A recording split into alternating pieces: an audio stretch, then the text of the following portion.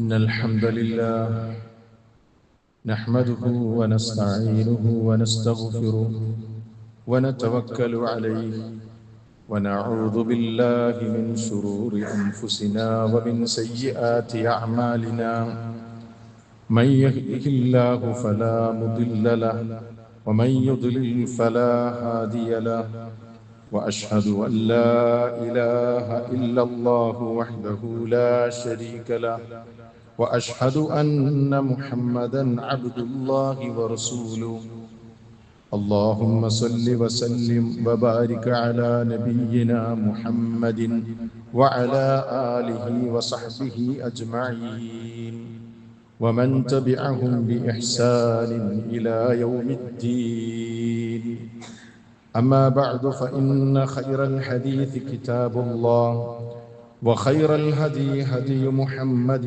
صلى الله عليه وسلم وشر الأمور محدثاتها وكل محدثة بدعة وكل بدعة ضلالة وكل ضلالة في النار.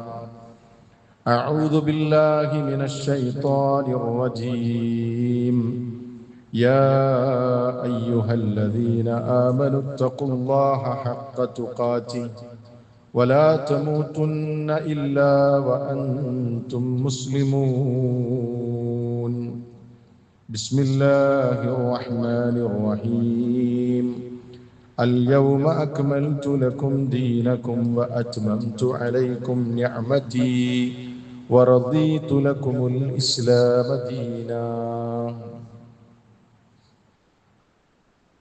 സ്നേഹവും ബഹുമാനവുമുള്ള സത്യവിശ്വാസികളെ, വിശ്വാസിനികളെ, സർവലോക പരിപാലകനായ അല്ലാഹു സുബ്ഹാനഹു വ തആലയുടെ വിധിവിലക്കുകൾ കഴിവിന്റെ പരമാവധി നമ്മുടെ ഓരോരുത്തരുടെയും ജീവിതത്തിൽ കാത്തു സൂക്ഷിച്ചുകൊണ്ട് ജീവിക്കണമേ എന്ന് ആദ്യമായി എന്നെയും തുടർന്ന് നിങ്ങളെ ഓരോരുത്തരെയും ഓർമ്മപ്പെടുത്തുകയാണ്, വസിയ്യത്ത് ചെയ്യുകയാണ്. മക്കയിലെ മസ്ജിദുൽ ഹറാമിൽ നിന്ന് ഏകദേശം 22 കിലോമീറ്റർ അകലെ തെക്ക് കിഴക്ക് ഭാഗത്ത് പർവ്വതങ്ങളാൽ ചുറ്റപ്പെട്ട മനോഹരമായ ഒരു താഴ്വരയുണ്ട്. അറബിയിൽ വാദി എന്ന് പറയും. ആ താഴ്വരയുടെ പേരാണ് അറഫ എന്നത്. നമ്മളൊക്കെ ഒരുപാട് പ്രാവശ്യം കേൾക്കുകയും നിരന്തരമായി മുസ്ലിമീങ്ങൾ ചർച്ച ചെയ്യുകയും ചെയ്യുന്ന ഒരു പദം. ലോകത്ത് ഒരേ സമയം കൂടുതൽ മനുഷ്യർ, അതല്ലെങ്കിൽ ലക്ഷക്കണക്കിന് മനുഷ്യർ ഒരേ സമയത്ത് സംഗമിക്കുന്ന അപൂർവ സ്ഥലങ്ങളിൽ ഒന്നാണ് അറഫ എന്ന് പറയുന്നത്. അറഫക്ക് ഒരുപാട് പ്രത്യേകതകളുണ്ട്. സത്യത്തിൽ ആ താഴ്വര മാനവികതയുടെ വിളംബര ഭൂമിയാണ്. ലോകത്ത് ഒരിടത്തും കാണാത്ത മനുഷ്യാവകാശ പ്രഖ്യാപനം ഉണ്ടായത് ആ ഭൂമിയിൽ വെച്ച്. ഹജ്ജിന്റെ അവസരത്തിൽ ലോകത്തിന്റെ വിവിധ ദിക്കുകളിൽ നിന്ന് എത്തിച്ചേർന്ന മുസ്ലിമീങ്ങളുടെ ലക്ഷക്കണക്കായ പ്രതിനിധികൾ ആ വിശാലമായ മൈതാനത്ത് ഒരുമിച്ചു ചേരുകയാണ്. പണ്ഡിതന്മാരുണ്ട്, അവരുടെ കൂട്ടത്തിൽ സാധാരണക്കാരുണ്ട്, പണക്കാരുണ്ട്, പണിക്കാരുണ്ട്, ഭരണാധികാരികളുണ്ട്, ഭരണീയരുണ്ട്, സ്ത്രീകളുണ്ട്, പുരുഷന്മാരുണ്ട്. പക്ഷേ അവരുടെ നാടുകളിലുണ്ടായിരുന്ന ഒരു ഐഡന്റിറ്റിയും അവിടെ വെളിപ്പെടുന്നില്ല. ഒരേ വസ്ത്രം, ഒരേ മന്ത്രം, ഒരൊറ്റ ലക്ഷ്യം. ലോകത്തിന്റെ സ്രഷ്ടാവിനെ മാത്രം വിളിക്കുന്നു, അവനിലേക്ക് മാത്രം കൈ ഉയർത്തുന്നു. അവിടെ ഒരേ ഒരു ഐഡന്റിറ്റി മാത്രമാണുള്ളത്, മനുഷ്യർ എന്ന ഐഡന്റിറ്റി. അതല്ലാതെ ഭരണാധികാരിയോ ഭരണീയരോ പാവപ്പെട്ടവരോ ഒന്നും അവിടെ യാതൊരു വ്യത്യാസവുമില്ല. ഈ അറഫ ലോകത്തിന് നൽകുന്ന ധാരാളം സന്ദേശങ്ങളുണ്ട്, ധാരാളം പ്രത്യേകതകളുണ്ട്. അതാണ് ഇന്നത്തെ ഖുത്ബയിലൂടെ വിശ്വാസികളെ നിങ്ങളെ ഓർമ്മപ്പെടുത്താൻ ഞാൻ ആഗ്രഹിക്കുന്നത്. കാരണം ഓരോ വർഷവും മഹനീയമായ അറഫയുമായി ബന്ധപ്പെട്ട ചരിത്ര സ്മരണകളും അതുമായി ബന്ധപ്പെട്ട കർമ്മങ്ങളും ലോകത്ത് വരുമ്പോൾ വിശ്വാസികൾ അതിൽ നിന്നുള്ള പാഠങ്ങൾ ഉൾക്കൊള്ളേണ്ടത് അനിവാര്യമാണ്. പ്രത്യേകിച്ച് നാം ഇന്ന് ജീവിക്കുന്ന കാലഘട്ടത്തിൽ അറഫ ലോകത്തോട് നടത്തുന്ന മനുഷ്യാവകാശ പ്രഖ്യാപനത്തിന്റെ വിളംബരം എന്താണെന്ന് ലോകം അറിയുക തന്നെ വേണം. എങ്ങനെയാണ് ആ മനോഹരമായ താഴ്വരയ്ക്ക് അറഫ എന്ന പേര് കിട്ടിയത്? എപ്പോഴെങ്കിലും നിങ്ങൾ ചിന്തിച്ചിട്ടുണ്ടോ? ആ വിഷയത്തിൽ ധാരാളക്കണക്കിന് അഭിപ്രായങ്ങൾ പണ്ഡിത ലോകത്ത് നമുക്ക് കാണാൻ കഴിയും. അതിലൊന്ന് ലോകത്തിന്റെ വിവിധ ദിക്കുകളിൽ നിന്ന് കടന്നു വന്ന മുസ്ലിമീങ്ങൾ അറഫ എന്ന താഴ്വരയിൽ വെച്ച് പരസ്പരം അറിയുകയും പരിചയപ്പെടുകയും ഒക്കെ ചെയ്യുമ്പോൾ യതആറഫൂന എന്നാണ്. അതിൽ നിന്നാണ് അത്രേ അറഫ എന്ന വിളിയുണ്ടായത്. മനുഷ്യർ അറിയുന്നു, പരസ്പരം അടുത്തറിയുന്നു, പരിചയപ്പെടുന്നു. ഇതൊരഭിപ്രായമാണ്. മറ്റൊരഭിപ്രായം, മഹാനായ ജിബ്രീൽ അലൈഹിസ്സലാം ഹജ്ജിന്റെ ഓരോ കർമ്മങ്ങളും പഠിപ്പിക്കാൻ വേണ്ടി ഖലീലുല്ലാഹി ഇബ്രാഹിം അലൈഹിസ്സലാമിന്റെ അടുക്കലേക്ക് വരികയാണ്. അങ്ങനെ ഹറമിന്റെ പരിസരങ്ങളിലുള്ള മുസ്ദലിഫയും മിനയും അറഫയും അടക്കമുള്ള പ്രദേശങ്ങളിലെല്ലാം കൊണ്ടുപോയി ഹജ്ജിന്റെ ഓരോ കർമ്മങ്ങൾ ഇബ്രാഹിം അലൈഹിസ്സലാമിന് പഠിപ്പിച്ചു കൊടുത്ത് അവസാനം അറഫയിലെത്തുകയാണ്. എന്നിട്ട് അതുമായി ബന്ധപ്പെട്ട കാര്യങ്ങളെല്ലാം പറഞ്ഞു കൊടുക്കുമ്പോൾ ജിബ്രീൽ അലൈഹിസ്സലാം ഇബ്രാഹിം അലൈഹിസ്സലാമിനോട് ചോദിക്കും, നിനക്കിപ്പോൾ മനസ്സിലായോ? അറബിയിൽ എന്ന് ചോദിച്ചാൽ മനസ്സിലായോ എന്നാണ്. ആ സമയത്ത് ഇബ്രാഹിം അലൈഹിസ്സലാം കൊടുത്ത മറുപടി അറഫ്തു, ഞാൻ മനസ്സിലാക്കി എന്നതാണ്. അപ്പോൾ അവിടെ വെച്ചാണ് കാര്യങ്ങളെല്ലാം മനസ്സിലാക്കിയത് എന്ന അർത്ഥത്തിലാണ് അറഫ എന്ന പേര് കിട്ടിയത് എന്നും മറ്റൊരഭിപ്രായം. വേറൊരഭിപ്രായമുള്ളത്, മഹാനായ മനുഷ്യരുടെ എല്ലാം പിതാവായ ആദം അലൈഹിസ്സലാമിനെയും അവിടുത്തെ പത്നിയായ ഹവ്വ അലൈഹിസ്സലാമിനെയും ഭൂമിയിലേക്ക് അല്ലാഹു സ്വർഗത്തിൽ നിന്ന് ഇറക്കി വിടുകയാണ്. അങ്ങനെ അവര് ഭൂമിയിലെത്തിയപ്പോൾ ആദ്യമായി പരസ്പരം കണ്ടുമുട്ടുകയും മനസ്സിലാക്കുകയും ചെയ്തത് അറഫ എന്ന ഈ മനോഹരമായ താഴ്വരയിൽ വെച്ചായിരുന്നു എന്ന് ചരിത്രകാരന്മാര് രേഖപ്പെടുത്തുന്നുണ്ട്. ഈ ഒരു അഭിപ്രായത്തിൽ അങ്ങനെ അവർ പരസ്പരം അറിഞ്ഞ സ്ഥലം എന്ന നിലക്കാണ് ആ പ്രദേശത്തെ അറഫ എന്ന് വിളിക്കുന്നത്. ഇങ്ങനെ ഒരുപാട് അഭിപ്രായങ്ങൾ ആ വിഷയത്തിലുണ്ട്. എന്തിനാണ് ഞാനിതൊക്കെ പറഞ്ഞത്? എങ്ങനെയാണ് ആ പേര് വന്നത് എന്ന ഒരു കേവല ധാരണ നമുക്കുണ്ടാകുന്നതിന് വേണ്ടിയാണ്. ഏതഭിപ്രായമാണ് അതിൽ ബലമായ അഭിപ്രായം എന്നൊന്നും പറയാൻ സാധ്യമല്ല, പണ്ഡിതന്മാർക്കിടയിലുള്ള ചർച്ചയാണ്. പക്ഷെ ഇതൊക്കെ അതുമായി ബന്ധപ്പെട്ട ചർച്ചകളാണ് എന്ന് നമ്മൾ മനസ്സിലാക്കണം. ഇനി നമ്മൾ മനസ്സിലാക്കേണ്ടത്, അറഫ എന്ന് പറഞ്ഞാൽ ഹജ്ജിലെ ഏറ്റവും പ്രധാനമായ ഒരു കർമ്മമാണ് വുഖൂഫ് അറഫ. അറഫയിൽ നിൽക്കാതെ ഒരാൾ ഹജ്ജിൽ നിന്ന് വിരമിച്ചാൽ, അതല്ലെങ്കിൽ ഒരു ഹാജി മടങ്ങുകയാണെങ്കിൽ അവന് ഹജ്ജില്ല. അതുകൊണ്ടാണ് നബി സല്ലല്ലാഹു അലൈഹി വസല്ലം പറഞ്ഞത് അൽ ഹജ്ജു അറഫ. ഹജ്ജ് എന്ന് പറഞ്ഞാൽ ഏറ്റവും പ്രധാനമായത് അറഫയാണ്. ഫമൻ അദ്റക ലൈലത അറഫ ഖബ്ല തുലൂഇൽ ഫജ്രി ഫഖദ് തമ്മ ഹജ്ജുഹു. അതായത് ഒരാൾ നേരം പുലരുന്നതിന് മുമ്പ് അറഫയിൽ നിൽക്കാതെ അവൻ മടങ്ങുകയാണെങ്കിൽ ഹജ്ജ് പൂർണ്ണമല്ല. അങ്ങനെ അറഫയിൽ നിന്നെങ്കിൽ മാത്രമാണ് അവന്റെ ഹജ്ജ് പൂർണ്ണമാകുന്നത്. ഇനി റസൂലുള്ളാഹി സ്വല്ലല്ലാഹു അലൈഹി വസല്ലം അറഫയെ കുറിച്ച് പറഞ്ഞത് എന്താണ്? അറഫ എന്ന് പറഞ്ഞാൽ ഏറ്റവും കൂടുതൽ മനുഷ്യരെ നരകത്തിൽ നിന്ന് മോചിപ്പിക്കപ്പെടുന്ന ദിവസം അറഫ ദിനമാണ്. സുബ്ഹാനല്ലാഹ്. റസൂലുള്ളാഹി സ്വല്ലല്ലാഹു അലൈഹി വസല്ലം പറഞ്ഞത് ഇങ്ങനെയാണ്, ഫലമ്മറ യൗമൻ അക്തറ അതീഖൻ മിനൻ നാരി മിൻ യൗമി അറഫ. അറഫ ദിനത്തിലല്ലാതെ ഏറ്റവും കൂടുതൽ റബ്ബ് അവന്റെ അടിമകളെ നരകത്തിൽ നിന്ന് മോചിപ്പിക്കുന്നത് ഞാൻ കണ്ടിട്ടില്ല. ഇത് പറയുമ്പോൾ നിങ്ങളൊക്കെ മനസ്സിലേക്ക് വരുമെന്ത്? ഈ നരകത്തിൽ നിന്ന് മോചിപ്പിക്കുക എന്ന് പറഞ്ഞാൽ അത് അന്ത്യനാളിലല്ലേ മനുഷ്യര് നരകത്തിലും സ്വർഗത്തിലൊക്കെ പ്രവേശിക്കുന്നത്? പിന്നെ എങ്ങനെയാണ് മോചിപ്പിക്കുന്നത് എന്ന് പറഞ്ഞാൽ, സ്വർഗത്തിന്റെ ലിസ്റ്റിലേക്ക്, നരകത്തിന്റെ ലിസ്റ്റിൽപ്പെട്ടവർ സ്വർഗത്തിന്റെ ലിസ്റ്റിലേക്ക് കയറിക്കൂടുന്നത്, അതെ, ഇന്ന അടിമകൾ അവരൊക്കെ നരകാവകാശികളായിരുന്നു, അവരിനി സ്വർഗത്തിന്റെ ആളുകളാണെന്ന് റബ്ബ് തീരുമാനിക്കുകയും അവരുടെ കാര്യത്തിൽ ഓർഡർ കൊടുക്കുകയും ചെയ്യുന്ന ദിനം അറഫ ദിനമാണെന്ന് റസൂൽ സല്ലല്ലാഹു അലൈഹി വസല്ലം നമുക്ക് പഠിപ്പിച്ചു തന്നു. എന്ന് മാത്രമല്ല, അള്ളാഹുവിന്റെ ദാസന്മാർ അവിടെ ഒരുമിച്ച് ചേർന്നുകൊണ്ട് റബ്ബിലേക്ക് കൈമലർത്തുമ്പോൾ തന്റെ മലക്കുകളോട് ഭൂമിയിൽ തന്നെ വിളിച്ചുകൊണ്ട് തന്റെ വിളിക്കുത്തരം നൽകിക്കൊണ്ട് എത്തിയ അടിമകളെ കുറിച്ച് അള്ളാഹു പെരുമ പറയുകയും അവരെ കുറിച്ച് പ്രശംസിച്ചു പറയുകയും ചെയ്യും. എന്ന് മാത്രമല്ല, ഏറ്റവും കൂടുതൽ പ്രാർത്ഥനയ്ക്ക് ഉത്തരം ലഭിക്കുന്ന ദിനമാണ് അറഫാ ദിനം. അപ്പൊ ഇതൊക്കെ വരാൻ പോകുന്ന അറഫയുമായി ബന്ധപ്പെട്ട് നമ്മൾ മനസ്സിലാക്കേണ്ടതാണ്. അതിനോടനുബന്ധമായി നോമ്പുണ്ട് അല്ലേ? അതിനോടനുബന്ധമായി നോമ്പുണ്ട്. ആ നോമ്പ് നമുക്ക് വരുന്നത് ഇൻഷാ അല്ലാഹ് ദുൽഹിജ്ജ 9-നാണ്. അറഫയുമായി ബന്ധപ്പെട്ട നോമ്പ് നമ്മൾ എടുക്കേണ്ടത്. കാരണം ആ വിഷയത്തിൽ ഇനി ഒരു അഭിപ്രായ വ്യത്യാസത്തിലേക്ക് പോകേണ്ടതില്ല. ലോകത്തൊക്കെ സമയക്രമത്തിൽ മാറ്റമുണ്ട് എന്ന് നമുക്കറിയാലോ. മക്കത്ത് നിസ്കരിക്കുന്ന സമയത്ത് നമുക്ക് ഈ തൃശ്ശൂരിൽ എന്താണെങ്കിലും നമസ്കരിക്കാൻ കഴിയില്ല. അമേരിക്കയിൽ ഇബാദത്ത് എടുക്കുന്ന സമയത്ത് ഇന്ത്യയിൽ നമുക്ക് എന്താണെങ്കിലും ഇബാദത്ത് എടുക്കാൻ കഴിയില്ല. അപ്പൊ ഓരോരുത്തർക്കും വരുന്ന തൗഖീത്ത്, സമയം, ആ ഇഖ്തിലാഫു സമനിയുണ്ട്, സമയത്തിലുള്ള വ്യത്യാസമുണ്ട്. ആ വ്യത്യാസം പരിഗണിച്ചുകൊണ്ട് നമുക്ക് ദുൽഹിജ്ജ 9 എത്തുമ്പോഴാണ് നമ്മൾ അറഫാ ദിനവുമായി ബന്ധപ്പെട്ട നോമ്പ് നമ്മൾ എടുക്കേണ്ടത്. അതിന്റെ ഒരു പ്രത്യേകത എന്ന് പറയുന്നത്, കഴിഞ്ഞ ഒരു വർഷത്തെയും വരാനിരിക്കുന്ന മറ്റൊരു വർഷത്തെയും 2 വർഷത്തെ പാപങ്ങൾ പൊറുക്കപ്പെടാൻ കാരണമായി തീരുന്ന ഏറ്റവും മഹനീയമായ ഒരു നോമ്പാണത്.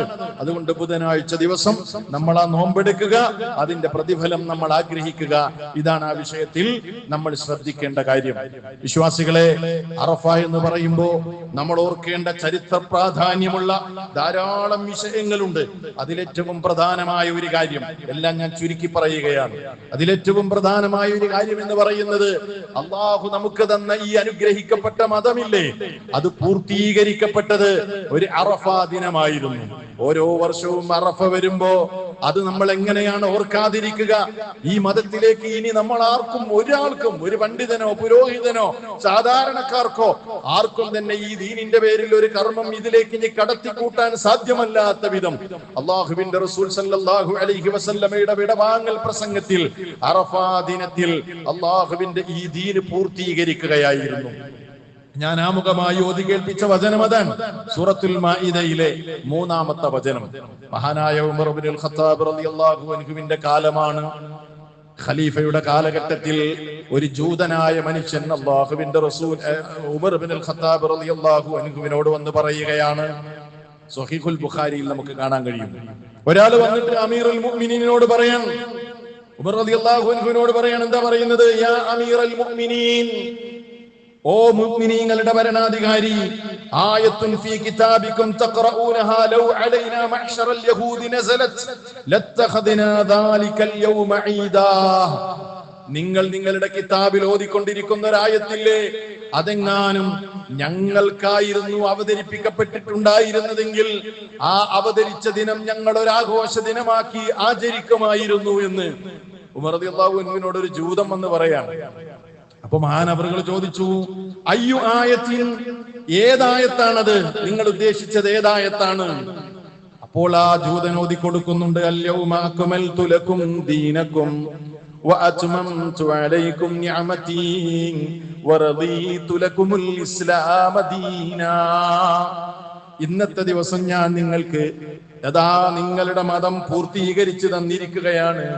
എന്റെ നിഅമത്ത് ഞാൻ നിങ്ങൾക്ക് സമ്പൂർണമാക്കി തന്നിരിക്കുന്നു. ഇസ്ലാമിനെ ഞാൻ നിങ്ങൾക്ക് മതമായി തൃപ്തിപ്പെട്ട് നൽകുകയും ചെയ്തിരിക്കുന്നു എന്ന ആയത്ത് അവതരിച്ച ദിവസം ഞങ്ങൾക്കായിരുന്നെങ്കിൽ അന്ന് ആഘോഷം സംഘടിപ്പിക്കുമായിരുന്നു.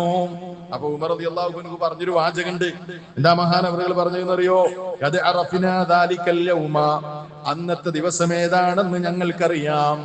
والمكان الذي نزلت فيه على النبي صلى الله عليه وسلم, അല്ലാഹുവിന്റെ റസൂലിന്റെ മേൽ അത് എവിടെ വെച്ചാണ് അവതരിച്ചത് എന്ന സ്ഥലവും ഞങ്ങൾക്കറിയാം.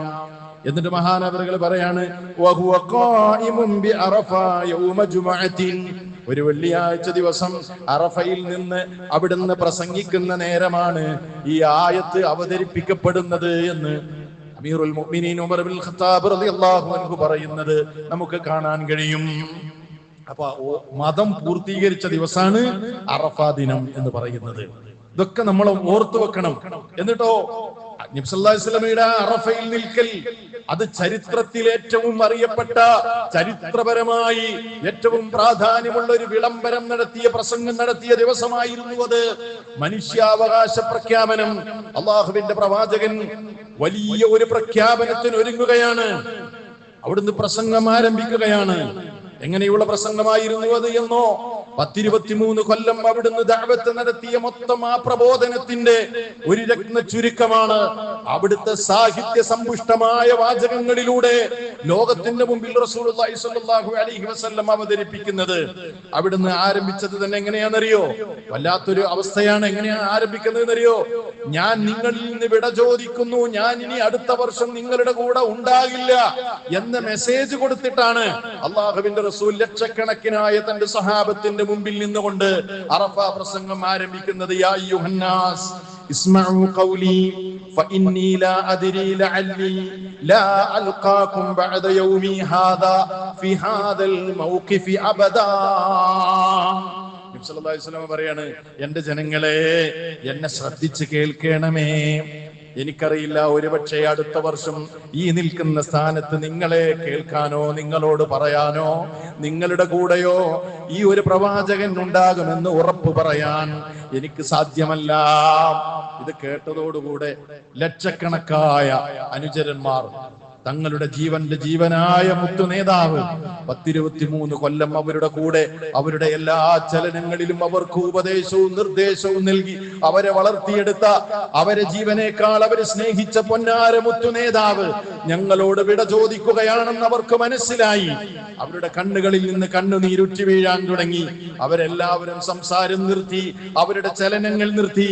എന്നിട്ട് അള്ളാഹുവിന്റെ റസൂല് പറയുന്നത് എന്ത് എന്ന് കേൾക്കാൻ അവർ കാതോർത്തിരിക്കുന്ന ദുഃഖസാന്ദ്രമായ ഒരു അന്തരീക്ഷമായിരുന്നു അവിടുത്തെ വിടവാങ്ങൽ പ്രസംഗം. അതൊന്നും നമുക്ക് ഈ വാക്കുകളിലൂടെ പറഞ്ഞ് നിങ്ങളെ ബോധ്യപ്പെടുത്താൻ കഴിയൂല. ഒന്ന് ആലോചിച്ചു നോക്കൂ, മടങ്ങൂ നിങ്ങളുടെ ഓരോരുത്തരുടെയും മനസ്സ്. 1500 കൊല്ലങ്ങൾക്ക് മുമ്പ് മനോഹരമായ അറഫാ താഴ്വരയുടെ വിശാലമായ ആ താഴ്വരയിൽ അള്ളാഹുവിന്റെ പ്രവാചകനും അവിടുത്തെ അനുചരന്മാരും ഒരുമിച്ച് കൂടി ഇനി ഞാൻ അടുത്ത വർഷം നിങ്ങളുടെ കൂടെ ഇല്ലെന്ന പ്രഖ്യാപനത്തോടെ അവിടുന്ന് ആരംഭിക്കുന്ന ആ മനുഷ്യാവകാശത്തെ കുറിച്ച്, ആ മനുഷ്യന്റെ സമത്വത്തെ കുറിച്ചുള്ള പ്രഖ്യാപനത്തെ ഒന്ന് ഓർത്തു നോക്കൂ നിങ്ങളുടെ ഹൃദയങ്ങളിൽ. വിശ്വാസികളെ, വല്ലാത്തൊരു രംഗമായിരുന്നു അത്, വല്ലാത്ത രംഗമായിരുന്നു. എന്നിട്ടൊന്ന് പറഞ്ഞു തുടങ്ങുന്നത് തന്നെ സുബ്ഹാനല്ലാഹ്, മനുഷ്യന്റെ അഭിമാനത്തെ കുറിച്ച് പ്രസംഗം ആരംഭിക്കുകയാണ്. فإن دماءكم وأموالكم وأعراضكم حرام عليكم كحرمة يومكم هذا في شهركم هذا في بلدكم هذا إلى يوم تلقون ربكم هل بلغت. അള്ളാഹുവിന്റെ റസൂൽ സല്ലല്ലാഹു അലൈഹി വസല്ലം പറയാണ്, നിങ്ങളുടെ രക്തം, നിങ്ങളുടെ ധനം, നിങ്ങളുടെ അഭിമാനം പവിത്രമാണ്. ഇന്നത്തെ ഈ ദിനം പോലെ, ഈ മാസത്തിന്റെ പവിത്രത പോലെ, മക്ക എന്ന ഈ പവിത്ര നാടിന്റെ പവിത്രത പോലെ അന്ത്യനാൾ വരെ ആ പവിത്രത അവിടെ നിലനിൽക്കുമെന്ന് റസൂൽ സല്ലല്ലാഹു അലൈഹി വസല്ലം അവിടുത്തെ മനുഷ്യരുടെ അഭിമാനം ഉയർത്തിപ്പിടിച്ചുകൊണ്ട് സംസാരിക്കുകയാണ്. ലോകത്തെ എവിടെയും കാണാൻ കഴിയില്ല. ചിന്തിക്കാൻ ഒരുപാടുണ്ട്. ഈ ഒരു സംസാരത്തെ കുറിച്ച് ചിന്തിക്കാൻ ഒരുപാടുണ്ട്. സഹോദരങ്ങളെ, വിശ്വാസികളെ, ആലോചിച്ച് നോക്ക്. മനുഷ്യന്റെ അഭിമാനമാണ് അവന് ആത്മബോധം നൽകുന്നത്. അഭിമാനമാണ് മനുഷ്യന്റെ കഴിവും അവന്റേതായ പ്രത്യേകതകളും തിരിച്ചറിഞ്ഞ് ജീവിതത്തിൽ കുതിക്കാൻ അവന് പ്രേരണ നൽകുന്നത് ആത്മാഭിമാനമുള്ളവരാണ്. ആത്മാഭിമാനമുള്ളവർക്ക് തെറ്റ് ചെയ്യാൻ കഴിയില്ല. ലോകത്ത് കാണുന്ന അരുതായ്മകൾക്കെതിരെ കണ്ണടക്കാൻ കഴിയില്ല. തോന്നിവാസങ്ങൾക്കെതിരെ മൗനം ദീക്ഷിക്കാൻ കഴിയില്ല. ആത്മാഭിമാനമുള്ളവർ മാത്രമേ ലോകത്ത് ഉയർച്ചയിലേക്ക് എത്തൂ എന്ന് മാത്രമല്ല, ഒരു മനുഷ്യന്റെ അഭിമാനം ക്ഷതപ്പെടുത്തുക എന്നത് ആത്മാഭിമാനമുള്ള ഒരാൾക്കും സഹിക്കാനും കഴിയില്ല. അപമാനം ലോകത്തുണ്ടാക്കുന്ന ഒരുപാട് പ്രശ്നങ്ങളുണ്ട്, ഇല്ലേ? അവഗണനയും അതേപോലെ തന്നെ അപമാനവും ഒക്കെ മനുഷ്യന്റെ മനസ്സിലേൽപ്പിക്കുന്ന മുറിവിന്റെ ആഴവും വേദനയും എനിക്കും നിങ്ങൾക്കും പറഞ്ഞറിയിക്കേണ്ടതില്ലല്ലോ. നമ്മളൊന്ന് അവഗണിക്കപ്പെട്ടു നോക്കണം. ഏതെങ്കിലും ഒരു മേഖലയിൽ നമ്മൾ മരിക്കുന്നത് വരെ നമ്മുടെ ഹൃദയത്തിൽ അതുണ്ടാക്കുന്ന മുറിവ്. റസൂൽ സല്ലല്ലാഹു അലൈഹി വസല്ലം പറയാണ്, ഒരു മനുഷ്യനെയും അപമാനിക്കരുത് എന്ന്. മാത്രമല്ല, അപമാനം പലപ്പോഴും അത് വൈരാഗ്യത്തിലേക്ക് നീങ്ങും. അപമാനം ഒരാൾ ഏറ്റ അപമാനത്തിന്റെ ഭാരമായി, അപമാനത്തിന്റെ കാരണമായി ആ മനുഷ്യൻ ഒരു വൈരാഗ്യം, ചില ആളുകളോട് വൈരാഗ്യമുള്ളവനായി മാറി. അതിനത് പ്രശ്നമുണ്ടാവും. എത്ര സൈക്കോളജിക്കലായ പ്രവാചകന്റെ നിർദ്ദേശങ്ങളാണ്. അഭിമാനം പ്രധാനമാണ്. മാത്രമല്ല ബന്ധങ്ങൾ തകരും. അപമാനിക്കപ്പെട്ടാൽ, നമ്മുടെ കുടുംബത്തിൽ നമ്മൾ അപമാനിക്കപ്പെട്ടാൽ ബന്ധങ്ങൾ തകരും. സമൂഹത്തിൽ അപമാനിക്കപ്പെട്ടാൽ ബന്ധങ്ങൾ തകരും. നമ്മൾ പ്രവർത്തിക്കുന്ന സംഘടനയിൽ നമ്മൾ അപമാനിക്കപ്പെട്ടാൽ, അവഗണിക്കപ്പെട്ടാൽ ആ ബന്ധം തകരും.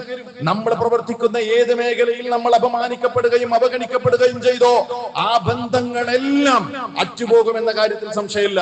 അതുകൊണ്ട് മനുഷ്യർ തമ്മിലുള്ള കണ്ണി ചേർക്കുന്നതും അവരുടെ ഊഷ്മളമായ ബന്ധം നിലനിൽക്കുന്നതും പരസ്പരം റെസ്പെക്ട് ചെയ്യുമ്പോഴും അഭിമാനം നിലനിർത്തുമ്പോഴും മറ്റുള്ളവരെ അറിഞ്ഞുകൊണ്ട് ആദരിക്കുമ്പോഴുമാണ്.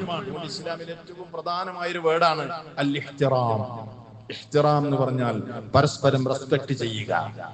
ഓരോരുത്തരുടെയും അഭിമാനത്തെ നമ്മൾ അംഗീകരിക്കുക.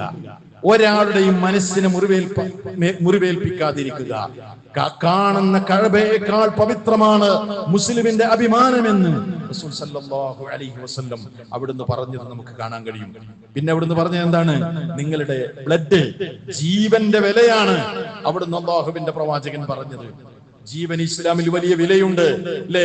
അടിമകളെയും കറുത്ത വംശജരെയും സ്ത്രീകളെയും ഒക്കെ കേവലം ഉപകരണങ്ങളാക്കി മാത്രം മാറ്റി അവരുടെ ഒന്നും ജീവന് ഒരു വിലയും കൽപ്പിക്കപ്പെടാത്ത ഒരു കാലം, വിനോദത്തിന് വേണ്ടി അതല്ലെങ്കിൽ പരസ്പരമുള്ള തങ്ങളുടേതായ വൈരത്തിന് വേണ്ടി മനുഷ്യരെ കൊന്നുതള്ളിയിരുന്ന ഒരു ഇരുണ്ട യുഗം. അറേബ്യൻ മരുഭൂമിയിൽ എത്ര ചെറിയ പിഞ്ചു പൈതങ്ങളായ പെൺകുട്ടികളുടെ ജീവനാണ് അപഹരിക്കപ്പെട്ടത്. ഇങ്ങനെ നിസാര കാരണങ്ങൾക്ക് വേണ്ടി യുഗങ്ങളോളം യുദ്ധം ചെയ്ത് രക്തരൂക്ഷിതമായ പോരാട്ടം നടത്തിയിരുന്ന ഒരു ജനതയോട് പറയുന്നത് അരുത്. നിങ്ങളുടെ ബ്ലഡ് പവിത്രമാണ്, നിങ്ങളുടെ ജീവൻ പവിത്രമാണ്. ഇതൊക്കെ മനസ്സിലാകണമെങ്കിൽ പിന്നീട് ലോകം പിന്നെ ഒരുപാട് സഞ്ചരിച്ചു. ഇപ്പോഴാണ് നമുക്കിത് മനസ്സിലാകുന്നത് അല്ലേ? നാം ജീവിക്കുന്ന കൊച്ചു കേരളത്തിൽ വരെ നിങ്ങളൊന്ന് ന്യൂസ് കണ്ടു നോക്ക്.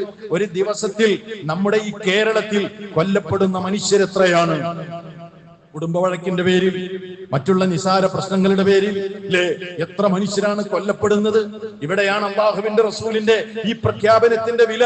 ലോകം പിന്നീട് സഞ്ചരിച്ചപ്പോൾ അത് നമ്മൾ കണ്ടല്ലോ അല്ലേ? ഒന്നാം ലോക മഹായുദ്ധത്തിലും രണ്ടാം ലോക മഹായുദ്ധത്തിലും ഒക്കെ കൊല്ലപ്പെട്ട മനുഷ്യരുടെ എണ്ണം എത്രയാണ്? ഒന്ന് ഗൂഗിൾ ചെയ്ത് നോക്ക് നിങ്ങൾ. ഒന്നാം ലോക മഹായുദ്ധ കാലഘട്ടത്തിൽ 19-ാം നൂറ്റാണ്ടിൽ നടന്ന ഒന്നാം ലോക മഹായുദ്ധം 90 ലക്ഷത്തിലധികം സോൾജിയേഴ്സ്, പോരാളികൾ, അതേപോലെ 70 ലക്ഷത്തിലധികം സാധാരണ മനുഷ്യരെയാണ് ലോകത്ത് കൊന്നുതള്ളിയത്. അല്ലാഹുവിന്റെ റസൂൽ പറയാ പാടില്ല. പിന്നീട് രണ്ടാം ലോക മഹായുദ്ധം വന്നു അല്ലേ? 72 ദശലക്ഷം പേരാണ് രണ്ടാം ലോക മഹായുദ്ധത്തിൽ ലോകത്ത് കൊല്ലപ്പെട്ടത്. സുബ്ഹാനല്ലാഹ്. പറയാൻ എത്ര ഗൗരവമാണ് ഇസ്ലാമിന്റെ ഓരോ മെസ്സേജും. നിങ്ങൾ നോക്കൂ, അവിടുന്ന് തുടർന്ന് അല്ലാഹുവിന്റെ റസൂൽ പറയാണ്, അലാ വ ഇന്ന കുല്ല ശൈഇൻ മിൻ അംരിൽ ജാഹിലിയത്തി തഹ്ത ഖദമയ്യ മൗദൂഉ. ജാഹിലിയ കാലഘട്ടത്തിൽ നിലനിന്നിരുന്ന എല്ലാ വൃത്തികേടുകളും എന്റെ കാലിന്റെ താഴെ ഞാൻ ഇതാ കുഴിച്ചു മൂടിയിരിക്കുന്നു. എന്തൊക്കെ അശ്ലീലതകളാ, എന്തൊക്കെ വൃത്തികേടുകളാണ് അല്ലേ? ആഭാസങ്ങള്, വൃത്തികേടുകള്, അന്ധവിശ്വാസങ്ങള്, ദുരാചാരങ്ങള്, അതേപോലെ തന്നെ കൂട്ടിക്കൊടുപ്പുകള്, അക്രമങ്ങൾ, അനീതികൾ, കൊള്ള, പലിശ, വ്യഭിചാരം, ലഹരി, രക്തച്ചൊരിച്ചിലുകൾ, ശിർക്ക്, കുഫർ തുടങ്ങി ഒട്ടനവധി ദുഷിച്ച സമ്പ്രദായങ്ങളും ആചാരങ്ങളും ഒക്കെ നിലനിന്നിരുന്ന കാലഘട്ടത്തിൽ റസൂലുള്ളാഹി പറയാണ്, ജാഹിലിയ കാലഘട്ടത്തിൽ നിലനിന്നിരുന്ന ഈ സമ്പ്രദായങ്ങളെ മുഴുവനും ഇതാ അറഫയുടെ ഈ മണ്ണിൽ ഞാൻ കുഴിച്ചു മൂടിയിരിക്കുന്നു എന്ന്. തുടർന്ന് അവിടുന്ന് പറഞ്ഞൊരു വാചകമുണ്ട്. അതെന്താണെന്നറിയോ? ജാഹിലിയ കാലഘട്ടത്തിൽ നടന്ന രക്തച്ചൊരിച്ചിലുകളുടെ പേരിലുള്ള പകരം ചോദിക്കലുണ്ടല്ലോ, അത് ഇനി ഉണ്ടാകാൻ പാടില്ല. അത് ഞാൻ ഇവിടെ നിർവീര്യമാക്കി കഴിഞ്ഞിരിക്കുന്നു.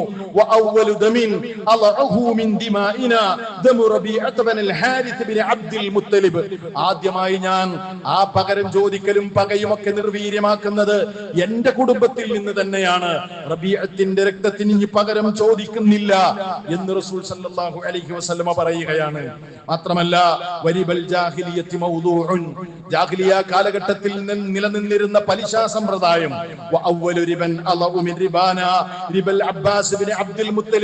അതുകൊണ്ട് എല്ലാ പലിശയും ഞാനിതാ ക്യാൻസൽ ചെയ്തിരിക്കുന്നു. ആദ്യമായി എന്റെ കുടുംബത്തിൽ നിന്ന്, എന്റെ കുടുംബത്തിൽപ്പെട്ട എന്റെ പിതൃവ്യനായ അബ്ബാസ് ബിൻ അബ്ദുൽ മുത്തലിബിന് കിട്ടാനുള്ള പലിശ ഇനി ആരും നൽകേണ്ടതില്ല. ഞാനത് ക്യാൻസൽ ചെയ്തുകൊണ്ട് ഇതാ നിങ്ങൾക്ക് മാതൃക നൽകിയിരിക്കുന്നു എന്ന് റസൂലുള്ളാഹി സ്വല്ലല്ലാഹു അലൈഹി വസല്ലം. പറയാനൊക്കെ എല്ലാ കാര്യങ്ങളും നമുക്ക് എളുപ്പമാണല്ലോ. പക്ഷെ നബി സല്ലല്ലാഹു അലൈഹി വസല്ലം സ്വന്തം ജീവിതത്തിലൂടെ അത് പറഞ്ഞ് അത് മാതൃകയാണ് കാണിക്കുകയാണ്. അറഫയിൽ സുബ്ഹാനല്ലാഹ്. പലിശ നോക്കൂ നിങ്ങൾ, സമൂഹത്തിൽ ഉണ്ടാക്കുന്ന ദുരന്തം ഞാൻ വിശദീകരിക്കേണ്ടതില്ലല്ലോ. നമുക്ക് ഓരോരുത്തർക്കും അറിയാം. പാവപ്പെട്ടവന്റെ ദൗർബല്യം മനസ്സിലാക്കി പണം കടം കൊടുത്ത് അവസാനം അവൻ താമസിക്കുന്ന അവന്റെ പുരയും അവന് നഷ്ടമാകുന്ന എത്രയോ ഉദാഹരണങ്ങളല്ലേ ജീവിക്കുന്ന നമ്മുടെ സമൂഹത്തിൽ നമ്മൾ കാണുന്നത്. പലിശ വളർന്നാൽ എന്താ ഉണ്ടാകുക? പരസ്പരം സഹായിക്കുക എന്ന മനുഷ്യന്റെ ആ മനസ്ഥിതി ഇല്ലാതാകുകയും അവിടെ ചൂഷണത്തിലേക്ക് അത് വഴിമാറുകയും ചെയ്യും. അപ്പൊ ഞാൻ നിങ്ങൾ ബുദ്ധിമുട്ടുന്ന സമയത്ത് ഞാൻ നിങ്ങൾക്ക് കുറച്ച് കടം തരേ, അല്ലെങ്കിൽ ഞാൻ ബുദ്ധിമുട്ടുന്ന സമയത്ത് നിങ്ങൾ എന്നെ സാമ്പത്തിക സഹായം കടം തന്ന് സഹായിക്കുകയോ ചെയ്യുക എന്നത് പുണ്യമാണ് ഇസ്ലാമിൽ. അതില്ലാതാകും. മനുഷ്യന്റെ ചിന്ത എനിക്കെന്ത് ലാഭം കിട്ടും, ഞാൻ പണം കൊടുത്താൽ എനിക്കെന്ത് മെച്ചം കിട്ടും എന്ന ഒരു ചിന്തയിലേക്ക് മനുഷ്യൻ വഴിമാറി. അങ്ങനെ അവസാനം പലിശ കൊണ്ട് മനുഷ്യൻ ദുരിതം അനുഭവിക്കാൻ തുടങ്ങി. ഇപ്പൊ ചില ആളുകളൊക്കെ പറയൽ തുടങ്ങി ഇസ്ലാമിക് ബാങ്കിങ് വരണം, അതാണ് നല്ലത് എന്ന് ജനങ്ങൾ പറയുന്നിടത്തേക്ക് കാര്യങ്ങൾ നീങ്ങി. ഇതൊക്കെ അറഫയിൽ വെച്ച് നടത്തിയ പ്രസംഗമാണ്. അതിൽ അവസാനമായി സംക്ഷിപ്തമായി സൂചിപ്പിക്കുന്ന ഏറ്റവും പ്രധാനമായ മറ്റൊരു കാര്യം നബി സല്ലല്ലാഹു അലൈഹി വസല്ലം പറയാണ്, ഇത്തഖുല്ലാഹ ഫിന്നിസാ ഫഇന്നകും അഖത്തുമൂഹുന്ന ബിഅമാനത്തില്ലാഹ്. സ്ത്രീകളുടെ കാര്യത്തിൽ നിങ്ങൾ അല്ലാഹുവിനെ സൂക്ഷിക്കണേ. നിങ്ങൾ അവരെ ഏറ്റെടുത്തിട്ടുള്ളത് അവർക്ക് നിർഭയത്വം കൊടുക്കും എന്ന കരാറിലാണ്. ആ വാചകം വല്ലാത്തൊരു വാചകമാണ്. എന്താ പറഞ്ഞ്? നിങ്ങൾ ആ സ്ത്രീകളെ വിവാഹം കഴിച്ചിട്ടുള്ളത് എന്തടിസ്ഥാനത്തിലാണ്, എന്ത് കരാറിലാണ്? ബി അമാനത്തില്ല. ആ സ്ത്രീകൾക്ക് നിങ്ങൾ നിർഭയത്വം കൊടുക്കണമെന്ന കരാറിന്റെ അടിസ്ഥാനത്തിലാണ് നിങ്ങൾ നിങ്ങളുടെ സ്ത്രീകളെ ഏറ്റെടുത്തിട്ടുള്ളത്. എന്നും ഇസ്ലാമിന് പഴിചാരലാണ് ചില ആളുകൾക്ക്. ഇസ്ലാമിൽ സ്ത്രീകൾ ചവിട്ടിയമർത്തപ്പെട്ടവരാണ്, അടിച്ചമർത്തപ്പെട്ടവരാണ്, സ്വാതന്ത്ര്യമില്ലാത്തവരാണ്, പർദ്ദക്കുള്ളിൽ തളച്ചിട്ടവളാണ്, അവൾക്ക് അവളുടേതായ ഇച്ഛാ സ്വാതന്ത്ര്യമില്ല എന്നൊക്കെ പറഞ്ഞുകൊണ്ട് ഇസ്ലാമിനെ പഴിചാരുന്ന ആളുകൾ, അവർക്കുള്ള കൃത്യമായ മറുപടിയാണ് റസൂലുള്ളാഹി സ്വല്ലല്ലാഹു അലൈഹി വസല്ലം പറയുന്നത്. എന്നിട്ട് അവിടുന്ന് പറയാണ്, വ ഇന്ന അലൈഹിന്ന അല്ലാ യൂതിന ഫുർശകും അഹദൻ തക്റഹൂനഹു. ആ സ്ത്രീകൾക്ക് നിങ്ങളോട് പുരുഷന്മാരെ ഒരു ബാധ്യത ഉണ്ട്. അതെന്താണെന്നറിയോ? നിങ്ങൾ വെറുക്കുന്ന ഒരാളെയും നിങ്ങളുടെ വീട്ടിൽ അവർ പ്രവേശിപ്പിക്കാൻ പാടില്ല. അങ്ങനെ എങ്ങാനും അനുസരണക്കേട് ചെയ്താൽ അവർക്ക് അദബ് പഠിപ്പിക്കുന്നതിന് വേണ്ടി അവരുടെ ശരീരത്തിൽ മുറിവുണ്ടാക്കാത്ത നിലക്ക് നിങ്ങൾക്ക് അവരെ ചെറിയ തോതിൽ ഒരു ശിക്ഷ കൊടുക്കുന്നതിന് കുഴപ്പമില്ല. പക്ഷേ അത് അവരെ ബുദ്ധിമുട്ടിക്കുന്ന നിലക്കാകരുത്. എന്നിട്ട് പറയാണ്, വലഹുന്ന അലൈക്കും അവർക്ക് നിങ്ങൾ അവർക്ക് ചെയ്തു കൊടുക്കേണ്ട ബാധ്യത എന്താണ്? മാന്യമായ നിലക്ക് വസ്ത്രവും ഭക്ഷണവും നൽകുക എന്നത് നിങ്ങളുടെ ബാധ്യതയുമാണ് എന്ന് റസൂലുള്ളാഹി സ്വല്ലല്ലാഹു അലൈഹി വസല്ലം. ഇസ്ലാമിനെ വിമർശിക്കുന്നവർ ഇതൊക്കെ ഒന്ന് പഠിച്ചിരുന്നെങ്കിൽ ഇല്ലേ, വിടവാങ്ങൽ പ്രസംഗത്തിൽ പോലും സ്ത്രീ സമൂഹത്തെ അള്ളാഹുവിന്റെ റസൂല് ആദരിക്കുകയും അവരോടുള്ള കടപ്പാടും പറയാണ്. ഇത് എപ്പോഴാ പറയണെന്നറിയോ? നിങ്ങളൊന്ന് ചിന്തിച്ചു നോക്കൂ, ഏത് കാലഘട്ടത്തിലായി ഇത് പറയുന്നത്? പെൺകുട്ടികളെ ജീവനോടെ കുഴിച്ചു മൂടുന്ന ഒരു കാലഘട്ടത്തിൽ, പെണ്ണിന് ആത്മാവുണ്ടോ, അവൾ മനുഷ്യനാണോ എന്ന് സംശയിച്ചിരുന്ന ഒരു കാലഘട്ടത്തിൽ, അനന്തരാവകാശ സ്വത്തിൽ ഒരൽപ്പം പോലും പെണ്ണിന് അവകാശമില്ലാത്ത ഒരു കാലഘട്ടത്തിൽ, മാത്രമല്ല വേശ്യാവൃത്തിക്ക് പെണ്ണിനെ നിർബന്ധിച്ചിരുന്ന ഒരു കാലഘട്ടത്തിൽ, അന്യന്റെ കൂടെ ഇടപ്പറ പങ്കിടാൻ വേണ്ടി അവളെ നിർബന്ധിപ്പിക്കുകയും അങ്ങനെ കേവലം ഒരു ഉപഭോഗ വസ്തുവായി പെണ്ണിനെ കാണുകയും കണക്കാക്കുകയും ചെയ്തിരുന്ന ഇരുണ്ട യുഗത്തിൽ അള്ളാഹുവിന്റെ റസൂല് പറയുകയാണ്, അള്ളാഹുവിന്റെ അടുക്കൽ നിന്ന് നിങ്ങൾ വാങ്ങിയ കരാറ് അവർക്ക് നിർഭയത്വം നൽകണം, അവരെ ആദരിക്കണം, അവരെ ബഹുമാനിക്കണം എന്ന് പറഞ്ഞുകൊണ്ടാണ് അവിടുത്തെ പ്രസംഗത്തിൽ അവിടുന്ന് തുടർന്നു പോകുന്നത്. ഇതൊക്കെയാണ് ആ പ്രസംഗത്തിന്റെ പ്രധാനമായ കണ്ടന്റ്. ഇപ്പൊ നമുക്ക് അറഫ വരില്ലേ, വിശ്വാസികളെ, നബി സല്ലല്ലാഹു അലൈഹി വസല്ലമയുടെ അറഫ പ്രസംഗത്തിന്റെ കണ്ടന്റ് നിങ്ങൾക്ക് കിട്ടും. ഗൂഗിളിൽ സെർച്ച് ചെയ്താൽ അതൊന്ന് വായിച്ചു നോക്കി എടുത്തിട്ട്. ഞാൻ പറയാത്ത പല വിഷയങ്ങളും അതിലുണ്ട്. എല്ലാം പാടെ ഒരു ഖുത്ബയിൽ പറയാൻ കഴിയില്ല എന്ന് നിങ്ങൾക്കറിയാലോ. അതൊക്കെ ഒന്ന് വായിച്ചു നോക്കുക, അത് മറ്റുള്ളവർക്ക് ഷെയർ ചെയ്യുക. എന്തുമാത്രം വലിയ സുന്ദരമായ മെസ്സേജാണ് അവിടുന്ന് നൽകിയത് നോക്കൂ നിങ്ങൾ. അതില് ഏറ്റവും ശ്രദ്ധേയമായ ഒരു ഭാഗം കൂടി ഉണ്ട്, അത് നിങ്ങൾ മനസ്സിലാക്കണം. സോഷ്യൽ ഈക്വാലിറ്റിയെ സംബന്ധിച്ച് നബി സല്ലല്ലാഹു അലൈഹി വസല്ലം പറഞ്ഞ വാചകം, അയ്യുഹന്നാസ്, ജനങ്ങളെ, ഇന്ന റബ്ബക്കും വാഹിദ്, നിങ്ങളുടെ റബ്ബ് ഏകനാണ്. വ ഇന്ന അബാക്കും വാഹിദ്, വ ഇന്ന അബാക്കും വാഹിദ്, നിങ്ങളുടെ പിതാവ് ഒരാളാണ്. ആദമിൽ നിന്നാണ് നിങ്ങളെല്ലാം ഉള്ളത്. കുല്ലുക്കും മിൻ ആദം വ ആദം മിൻ തുറാബ് അക്രമുക്കും ഇൻദല്ലാഹി അത്ഖാക്കും, നിങ്ങളിലേറെ ആദരിക്കപ്പെട്ടവൻ അല്ലാഹനെ സൂക്ഷിക്കുന്നവൻ മാത്രമാണ്. വലൈസ ലി അറബിയ്യിൻ ഫളലുൻ അലാ അജമിയ്യിൻ ഇല്ലാ ബിത്തഖ്വ, അതുകൊണ്ട് അനറബിയേക്കാൾ അറബിക്ക് ഒരു ഫളലുമില്ല തഖ്വ കൊണ്ടല്ലാതെ. അതുകൊണ്ട് ഗോത്രത്തിന്റെ, നാടിന്റെ, അതേപോലെ അതല്ലെങ്കിൽ ശരീരത്തിന്റെ പ്രത്യേകത കൊണ്ട്, നിറം കൊണ്ടൊന്നും നിങ്ങൾ ആരും മറ്റുള്ളവനേക്കാൾ ശ്രേഷ്ഠനാകുന്നില്ല. അങ്ങനെയുള്ള ദുരഭിമാനമൊന്നും വേണ്ട. നിങ്ങളുടെ റബ്ബേകനാണ്, നിങ്ങളുടെ പിതാവ് ഒരുവനാണ്. നിങ്ങൾക്ക് ഐക്യപ്പെടാനുള്ള മഹനീയമായ സന്ദേശമാണിത്. ഇത് എവിടെങ്കിലും നമ്മൾ കണ്ടിട്ടുണ്ടോ? നമ്മളൊക്കെ പറയാറുണ്ട്, പല ഭരണഘടനയുടെയും ആമുഖത്തിൽ സോഷ്യൽ ഈക്വാലിറ്റിയെ സംബന്ധിച്ച് എഴുതി വെച്ചിട്ടുണ്ട് എന്ന് പറയും. പക്ഷേ ഏറ്റവും വലിയ ഭരണഘടന എന്നൊക്കെ പറയുന്ന ജനാധിപത്യ രാജ്യങ്ങളിൽ പോലും ഇന്ന് വർഗവിവേചനവും വർണ്ണവിവേചനവും ഉണ്ട് എന്ന് പറഞ്ഞാൽ നിങ്ങൾക്ക് നിഷേധിക്കാൻ കഴിയുമോ വിശ്വാസികളെ? നമ്മുടെ നാടിന്റെ അവസ്ഥ നോക്കൂ നിങ്ങൾ. നമ്മുടെ ഭരണഘടനയിൽ സോഷ്യൽ ഈക്വാലിറ്റി ഉണ്ട്, പക്ഷെ നമ്മുടെ നാടിന്റെ അവസ്ഥ നോക്കൂ നിങ്ങൾ. ഇന്ത്യ രാജ്യത്തിന്റെ വിവിധ ഭാഗങ്ങളിൽ ഇപ്പോഴും വർഗവിവേചനമുണ്ട് എന്നത് ഒരു യാഥാർത്ഥ്യമാണ്. എന്തിനേറെ, നമ്മുടെ ഭരണഘടനയുടെ ശില്പിയായ ഡോക്ടർ അംബേദ്കർ പോലും, അദ്ദേഹത്തിന്റെ ജീവിതം നിങ്ങളെടുത്ത് പരിശോധിച്ചാൽ അദ്ദേഹം പോലും വർഗവിവേചനത്തിന്റെ പേരിൽ ക്രൂശിക്കപ്പെട്ട വേദനാജനകമായ ചരിത്രം സ്വന്തം അനുഭവമായി എഴുതി വെച്ചിട്ടുണ്ട്. അല്ലെ, ഏറ്റവും വലിയ ജനാധിപത്യ രാജ്യമാണെന്ന് പറയുന്ന ലോക പോലീസ് അമേരിക്ക, അവിടെ ഇപ്പോഴും വെള്ളക്കാരനും കറുത്തവർഗക്കാരനും തമ്മിൽ സംഘട്ടനവും സംഘർഷവും ഉണ്ട് എന്നത് നമുക്കറിയാവുന്ന കാര്യമാണ്. എന്നാൽ അള്ളാഹുവിന്റെ റസൂൽ സല്ലല്ലാഹു അലൈഹി വസല്ലം എല്ലാ ഭരണഘടനകൾക്കും അപ്പുറം അള്ളാഹുവിന്റെ റസൂൽ അത് ലോകത്തോട് പറഞ്ഞു. എന്നിട്ട് ആ ഒരു സന്ദേശമാണ് ഇന്ന് പലപ്പോഴും പല ആളുകളും അത് കോപ്പിയടിക്കുകയും അത് എഴുതി വെക്കുകയും ചെയ്തിട്ടുണ്ട്. ഇപ്പൊ നിങ്ങൾ നോക്കൂ, പരിശോധിച്ചു നോക്കൂ. 1948 UN, അതായത് മനുഷ്യാവകാശ പ്രഖ്യാപനം, യുണൈറ്റഡ് നേഷൻസ് നടത്തിയ മനുഷ്യാവകാശ പ്രഖ്യാപനത്തിൽ അവരൊരു ഡിക്ലറേഷൻ ഉണ്ട്, universal declaration of human rights എന്ന് പറയുന്ന ഡിക്ലറേഷനിൽ ഈ ഒരു മെസ്സേജ് അവരെഴുതി വെച്ചത് നമുക്ക് കാണാൻ കഴിയും. സുബ്ഹാനല്ലാഹ്, ആലോചിച്ച് നോക്കി, എത്ര മനോഹരമാണ്. ഇതൊക്കെ പറഞ്ഞു കൊടുക്കുകയാണ് സഹാബത്തിന്. എന്നിട്ട് നബി സല്ലല്ലാഹു അലൈഹി വസല്ലം ചോദിക്കുകയാണ് അവസാനം, വ അൻതും തസ്അലൂന അന്നി ഫമാ അൻതും ഖായിലൂൻ, ഞാനിതൊക്കെ നിങ്ങൾക്ക് പറഞ്ഞു തന്നു.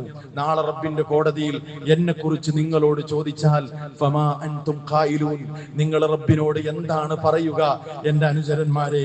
ഖാലു, അവര് പറഞ്ഞു, നഷ്ഹദു അന്നക ഖദ് ബല്ലഗത വ അദ്ദൈത വ നസഹത, ഞങ്ങൾ സാക്ഷി നിന്നിരിക്കുന്നു നബിയെ, നിങ്ങളുടെ ഉത്തരവാദിത്വം നിങ്ങൾ കൃത്യമായി നിർവഹിച്ചിരിക്കുന്നു, നിങ്ങൾ ഞങ്ങൾക്ക് ഗുണദോഷിച്ചിരിക്കുന്നു. അല്ലാഹുവിന്റെ റസൂലിന്റെ കണ്ണുകളിൽ നിന്ന് കണ്ണുനീര് വരുന്നു.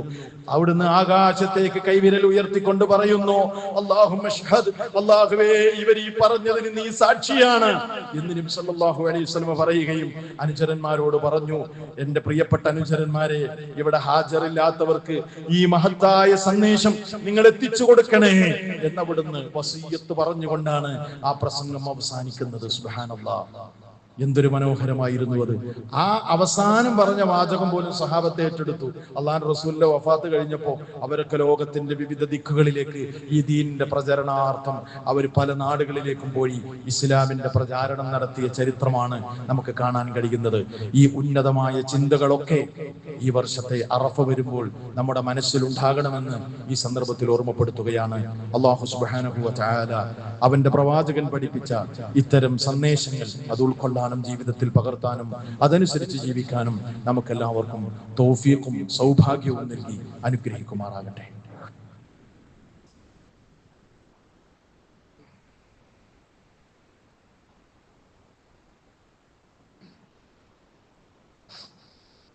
അൽഹംദുലില്ലാഹി റബ്ബിൽ ആലമീൻ വസല്ലല്ലാഹു അലാ നബിയിനാ മുഹമ്മദിൻ വഅലാ ആലിഹി വസഹ്ബിഹി അജ്മഈൻ. അമ്മാ ബഅദ്. അല്ലാഹുവിനെ സൂക്ഷിച്ച് ജീവിക്കണമേ എന്ന് ഒരിക്കൽ കൂടി എന്നെയും നിങ്ങളെയും ഓർമ്മപ്പെടുത്തുന്നു, വസിയ്യത്ത് ചെയ്യുന്നു. വിശ്വാസികളെ, നമ്മുടെ ഏറ്റവും പ്രധാനമായ, നമുക്ക് സന്തോഷം പകരുന്ന, നമ്മുടെ മനസ്സുകൾക്ക് കൺകുളിർമ നൽകുന്ന മുസ്ലിമീങ്ങളുടെ രണ്ടാഘോഷങ്ങളിൽ രണ്ടാമത്തെ ആഘോഷമായ ഈദുൽ അദ്ഹയാണ് വരാനിരിക്കുന്നത്. ഏറ്റവും അനുഗ്രഹിക്കപ്പെട്ട ദിനമാണത്. അല്ലാഹുവിന്റെ റസൂൽ സല്ലല്ലാഹു അലൈഹി വസല്ലം പറയുന്നു, ഇന്ന അഅ്ളമൽ അയ്യാമ ഇൻദല്ലാഹി തബാറക വതആല യൗമുൻ നഹർ. അല്ലാഹുവിന്റെ അടുക്കൽ, അനുഗ്രഹീതനായ റബ്ബിന്റെ അടുക്കൽ ഏറ്റവും മഹത്തരമായ ദിനം അത് യൗമുൻ നഹർ, ബലിദിനമാണ്. ദുൽഹിജ്ജ 10. അപ്പൊ നമ്മൾ ഈ പെരുന്നാൾ ഇങ്ങനെ വരുമ്പോ അത് എല്ലാ വർഷവും വരുന്നതാണ് അല്ലേ? അതല്ലാത്ത അതിന്റെ മഹത്വവും പ്രത്യേകത ഒന്നും മനസ്സിലാക്കാതെ, അല്ലെങ്കിൽ അത് വരുമ്പോൾ നമ്മുടെ മനസ്സിൽ ഉണ്ടാകേണ്ട ഒരു സന്തോഷമുണ്ട്, അതൊന്നും അല്ലാതെ കേവലം ഒരു യാന്ത്രികമായ വരും പോകലുകളുമാകാതെ വരാനിരിക്കുന്ന ദിവസത്തിന്റെ മഹത്വം നമ്മൾ അറിയുകയും മനസ്സിലാക്കുകയും ചെയ്യാം. അതുകൊണ്ട് അന്ന് നമുക്ക് പഠിപ്പിക്കപ്പെട്ട കാര്യങ്ങൾ നമ്മൾ ചെയ്യാനും കൂടെ നമ്മൾ ശ്രമിക്കണം. നമുക്കറിയാലോ, പുതുവസ്ത്രം ധരിക്കണം ആഘോഷത്തിന്റെ ദിവസങ്ങളിൽ. പുതുവസ്ത്രം എന്ന് പറഞ്ഞാൽ നമ്മുടെ വസ്ത്രങ്ങളിൽ ഏറ്റവും വൃത്തിയുള്ളതും നമുക്കുള്ള ഏറ്റവും പുതിയതായി നിലവിലുള്ള വസ്ത്രം ഏതാണോ നല്ലത്, അത് കുട്ടികൾ മാത്രമല്ല നമ്മളും കൂടെ ധരിക്കുക എന്നത് ആഘോഷത്തിന്റെ ഭാഗമാണ് എന്നതാണ് ഒന്നാമതായി പറയാനുള്ളത്. പിന്നെ പുരുഷന്മാരെ സംബന്ധിച്ചിടത്തോളം നമുക്കറിയാലോ, സുഗന്ധം ഉപയോഗിക്കാം. സ്ത്രീകളെ സംബന്ധിച്ചിടത്തോളം പുറത്തു പോരുമ്പോൾ സുഗന്ധം ഉപയോഗിക്കരുത് എന്നാണ് റസൂലിന്റെ നിർദ്ദേശം. അത് അവർക്കുള്ള നന്മയാണ്, അവർക്കുള്ള സുരക്ഷിതത്വമാണ്. കുളിക്കുകയും സുഗന്ധം പൂശുകയും ഒക്കെ ചെയ്തുകൊണ്ട് ഇസ്ലാമിക വസ്ത്രധാരണം നടത്തിക്കൊണ്ടാണ് നമ്മൾ സ്ത്രീകളും പുരുഷന്മാരൊക്കെ ഈദ് മുസല്ലയിലേക്കും പള്ളികളിലേക്കും ഒക്കെ വരേണ്ടത്. സ്ത്രീകൾ പ്രത്യേകിച്ച് ഈദല്ലേ എന്ന് വിചാരിച്ച് തോന്നിയ വസ്ത്രധാരണം ഒരിക്കലും നടത്തരുത്. ആഘോഷ ദിവസവും റബ്ബിന്റെ കൽപ്പനകൾ നമ്മൾ പാലിക്കാൻ നിർബന്ധിതരാണ്. അതുകൊണ്ട് തന്നെ ഇസ്ലാമികമായ വസ്ത്രധാരണം നടത്തിക്കൊണ്ടാണ് ഈദ് ആഘോഷിക്കേണ്ടത്, ഈദ് മുസല്ലയിലേക്ക് നമ്മൾ വരേണ്ടത് എന്ന് ഓർമ്മപ്പെടുത്തുകയാണ്. അവിടെ പ്രത്യേകമായി മനസ്സിലാക്കേണ്ടത്, മഹാനായ റസൂൽ സല്ലല്ലാഹു അലൈഹി വസല്ലം അവിടുന്ന് പഠിപ്പിച്ച ഒരു കാര്യം അവിടുന്ന് പറയാണ്, കാന നബി സല്ലല്ലാഹു അലൈഹി വസല്ലം ലാ യഖ്റുജു യൗമൽ ഫിത്രി ഹത്താ യതഅം. ചെറിയ പെരുന്നാളിനാണെങ്കിൽ വല്ലതും കഴിച്ചുകൊണ്ടാണ് നബി സല്ലല്ലാഹു അലൈഹി വസല്ലമ ഈദ് നിസ്കാരത്തിലേക്ക് വരാറുള്ളത്. എന്നാൽ വലാ യതഅമു യൗമൽ അദ്ഹ ഹത്താ യുസല്ലി. എന്നാൽ ഈദ് ദിവസം, ഈദുൽ അദ്ഹ ദിവസം അല്ലാഹുവിന്റെ റസൂൽ നിസ്കാരത്തിലേക്ക് പോകുന്നത് ഒന്നും കഴിക്കാതെയാണ്. നിസ്കാരം കഴിഞ്ഞിട്ടായിരുന്നു അവിടുന്ന് കഴിച്ചിരുന്നത്. അപ്പൊ നമുക്ക് ആ സുന്നത്ത് അനുധാവനം ചെയ്യാവുന്നതാണ്. മനസ്സിലായല്ലോ? ഇനി തക്ബീർ ചൊല്ലിക്കൊണ്ടാണ് നമ്മൾ പള്ളികളിലേക്കാണെങ്കിലും മുസല്ലയിലേക്കൊക്കെ ആണെങ്കിലും പോകേണ്ടത്. നമ്മൾ മടി കാണിക്കരുത്. തക്ബീർ ചൊല്ലിട്ടാണ് നമ്മൾ നടന്നു പോകുന്നത്. നമ്മൾ കേൾക്കുന്ന ശബ്ദത്തിൽ ചൊല്ലിയാൽ മതി. നമ്മുടെ വീടുകളിലും നമ്മുടെ നടന്നുപോക്കുകളിലും ഒക്കെ തക്ബീറുകൾ ഉണ്ടാകട്ടെ. പലപ്പോഴും അതൊക്കെ ഇന്ന് ചൊല്ലാൻ പലർക്കും മടിയാണ്. ഇതൊക്കെ ഒരു കുറവായിട്ട് കാണും. നമ്മളെ കുട്ടികളെ കൊണ്ട് ചൊല്ലിപ്പിക്കണം, നമ്മൾ ചൊല്ലണം.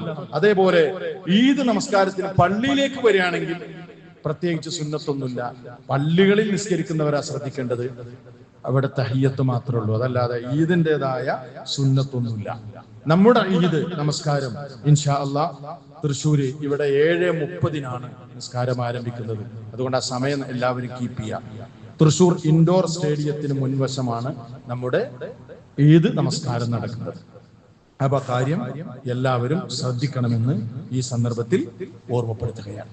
അപ്പൊ വൈകി വന്നാൽ നമ്മൾ ആ നിസ്കാരവും അതിന്റെ തെർത്തീബൊക്കെ തെറ്റിപ്പോകും പല ആളുകൾക്കും. അപ്പൊ അതിന് നമ്മൾ അവസരം ഉണ്ടാക്കരുത്. നേരത്തെ ഒരുങ്ങി ആ സമയം കീപ്പ് ചെയ്ത് എന്ത് ചെയ്യുക, എല്ലാവരും വരിക. പിന്നെ അതിന് ശ്രദ്ധിക്കേണ്ട, ഉളുഹിയത്ത് നിർവഹിക്കുന്ന ആളുകൾ ഉണ്ടാവുമല്ലോ. പെരുന്നാൾ ദിവസം തന്നെ ഉളുഹിയത്ത് അറക്കാൻ നമുക്ക് കഴിയുകയാണെങ്കിൽ, ബലിയറക്കാൻ കഴിയുകയാണെങ്കിൽ അത് ഏറ്റവും പുണ്യതാണ്. ഏറ്റവും പുണ്യം യൗമുൻ നഹർ എന്നാണ് ദുൽഹിജ്ജ 10 കുറിച്ച് പറയാം. 60 ദിവസം, അതാണ് പുണ്യം. ഇനി അന്ന് നമുക്ക് കഴിയില്ലെങ്കിലോ രണ്ടാമത്തെ ദിവസം അറക്കാം. അതിന് കഴിയില്ലെങ്കിലോ മൂന്നാമത്തെ അയ്യാമത്തെ ശരീക്കിന്റെ ദിനങ്ങളിലൊക്കെ ആവാം. ദുൽഹിജ്ജ 10 തന്നെ നിർബന്ധമല്ല, ഏറ്റവും അഫ്ദൽ അന്നാണ്. ഇവിടെ ഞാൻ മനസ്സിലാക്കിയത് രണ്ടാമത്തെ ദിവസമാണ് സാധാരണ അറക്കാറുള്ളത്. വെള്ളിയാഴ്ച ആയതുകൊണ്ട് അതിനുള്ള സാങ്കേതിക പ്രശ്നങ്ങളുണ്ടല്ലോ, തടസ്സങ്ങൾ ഉള്ളത് കൊണ്ട് 3-ാം ദിവസമായിരിക്കും ഇവിടെയുള്ള അറവ് നടക്കുന്നത്. ഇത്രയും കാര്യങ്ങളാണ് ഓർമ്മപ്പെടുത്താനുള്ളത്. ഉലുഹിയത്ത് നിർവഹിക്കുന്നവർ അവരുടെ തലമുടിയും അതേപോലെ നഖമൊക്കെ പിടിച്ചു വെച്ചിട്ടുണ്ടാവുമല്ലോ, അത് അറവ് കഴിയാതെ നീക്കം ചെയ്യരുത് എന്ന് പ്രത്യേകം ഓർമ്മപ്പെടുത്തുന്നു. പെരുന്നാൾക്ക് കുളിക്കുമ്പോൾ മറ്റുള്ളവർക്കൊന്നും മുടി നീക്കം ചെയ്യാൻ പാടില്ല. അതെപ്പോഴാണ് വേണ്ടത്? അറിവ് നടന്നു കഴിഞ്ഞാൽ അവർക്ക് അതൊക്കെ നീക്കം ചെയ്യാവുന്നതാണ്. ഇത്രയും കാര്യങ്ങളാണ് നമ്മൾ ശ്രദ്ധിക്കേണ്ടത്. ഇതെല്ലാം ശ്രദ്ധിച്ചു മുന്നോട്ട് പോകാൻ അല്ലാഹു സുബ്ഹാനഹു വ തആല നമുക്കെല്ലാവർക്കും തൗഫീഖ് നൽകുമാറാകട്ടെ. വരും ദിനങ്ങൾ അനുഗ്രഹീത ദിനങ്ങൾ, അതിനെ പരമാവധി ഉപയോഗപ്പെടുത്തുന്ന ഭാഗ്യവാന്മാരിൽ അല്ലാഹു നമ്മെ ഉൾപ്പെടുത്തി അനുഗ്രഹിക്കുമാറാകട്ടെ. നമ്മുടെ എല്ലാ തെറ്റുകുറ്റങ്ങളും അല്ലാഹു നമുക്ക് പുറത്തു മാപ്പാക്കി തരുമാറാകട്ടെ. നമ്മിൽ നിന്ന് മരണപ്പെട്ടു പോയ മാതാപിതാക്കൾ, ബന്ധുക്കൾ എല്ലാവർക്കും അല്ലാഹു പുറത്തു കൊടുക്കുകയും അവരെയും നമ്മെയും അവന്റെ അനുഗ്രഹീത സ്വർഗ്ഗത്തിൽ ഒരുമിച്ച് ചേർക്കുകയും ചെയ്യുമാറാവട്ടെ. അല്ലാഹുമ്മ ഗ്ഫിർ ലിൽ മുഅ്മിനീന വൽ മുഅ്മിനാത്ത് വൽ മുസ്ലിമീന വൽ മുസ്ലിമാത്ത് അൽ അഹ്യാഇ മിൻഹും വൽ അംവാത്ത് ഇന്നക സമീഉൻ ഖരീബ് മുജീബുദ് ദഅവാത്ത്. അല്ലാഹുമ്മ അഇസ്സൽ ഇസ്ലാമ വൽ മുസ്ലിമീൻ വഅദില്ല الشرك والمشركين ودمر أعداء الدين وانصر عبادك الموحدين. ربنا اغفر لنا ولإخواننا الذين سبقونا بالإيمان ولا تجعل في قلوبنا غلا للذين آمنوا ربنا إنك رؤوف رحيم. ربنا تقبل منا إنك أنت السميع العليم وتب علينا إنك أنت التواب الرحيم. ربنا آتنا في الدنيا حسنة وفي الآخرة حسنة وقنا عذاب النار. وأقم الصلاة.